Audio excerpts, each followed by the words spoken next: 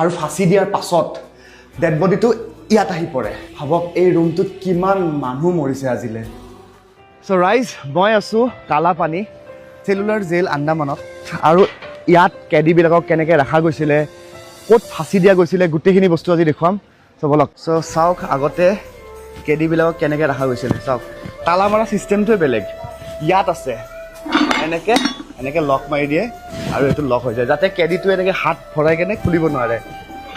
আৰু যদি মই ভিতৰত সোমাই যাওঁ, চাওক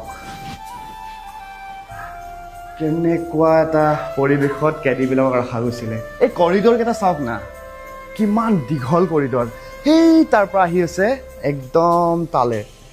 চ' ইয়াত আছিলে সেই জেলৰ কেদিবোৰ, ইয়াত আছিলে এটা, তাৰপিছত ইয়াত এটা আছিলে। আপোনালোকে ভাবিব পাৰে এইখন এখন নৰ্মেল জেল, কিন্তু এখন নৰ্মেল জেল নহয়। এইখন জেলতে থাকি ফ্ৰীডম ফাইটাৰ্ছে আমাক স্বাধীনতা দিছে। যোনবোৰ কেদিয়ে ইয়াৰ ভিতৰতো ভুল কৰে সেইবোৰকহে এনেকুৱা ধৰণৰ শাস্তি দিছিলে।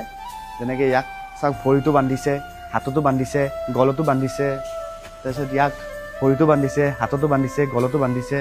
চাওক, আমি এখন স্বাধীন ভাৰতত জন্ম পাইছোঁ কাৰণে আমি ফিল কৰিব নোৱাৰিব পাৰোঁ, কিন্তু স্বাধীনতাৰ কাৰণে কিন্তু কম কষ্ট কৰা নাই দেই আমাৰ আগৰ মানুহবোৰে। আৰু গাইছ, এতিয়া সেই লোকেশ্যনটোত আহিছোঁ য'ত আগতে ফাঁচি দিয়া হৈছিলে।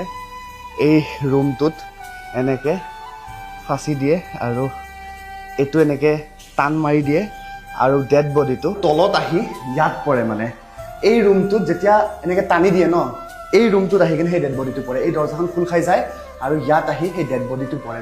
জাষ্ট ইমেজিন কৰক এই ৰুমটোত কিমান মানুহ মৰিছে। ৱাও, ভয় লাগিছে দেই, সোনকালে ওলাই যাওঁ ইয়াৰ পৰা।